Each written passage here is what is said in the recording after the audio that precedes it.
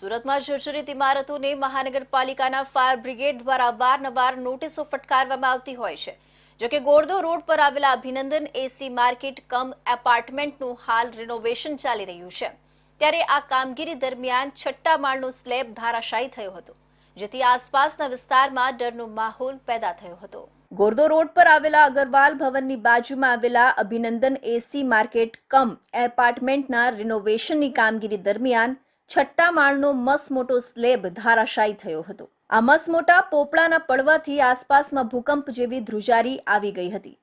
આ અંગે ફાયર બ્રિગેડને જાણ કરવામાં આવી હતી, જેથી ફાયર બ્રિગેડનો કાફલો ઘટના સ્થળે દોડી આવ્યો હતો. ફાયર બ્રિગેડના ઓફિસરે કહ્યું કે એસી માર્કેટના રિનોવેશન કામગીરીમાં સ્લેબનો પોપડો ધરાશાયી થયો હતો. આ પોપડાને હટાવવા માટે ક્રેનની મદદ લેવામાં આવી હતી. ફાયર ટીમ ઘટના સ્થળે પહોંચી હતી. નીચે માર્કેટ પણ તાત્કાલિક બંધ કરાવી હતી. સાથે જ સલામતીના ભાગરૂપે બાજુની બિલ્ડિંગ પણ ખાલી કરાવી દેવામાં આવી હતી. મોડી રાતની સમગ્ર ઘટનામાં કોઈ જાનહાનિ સર્જાઈ નથી.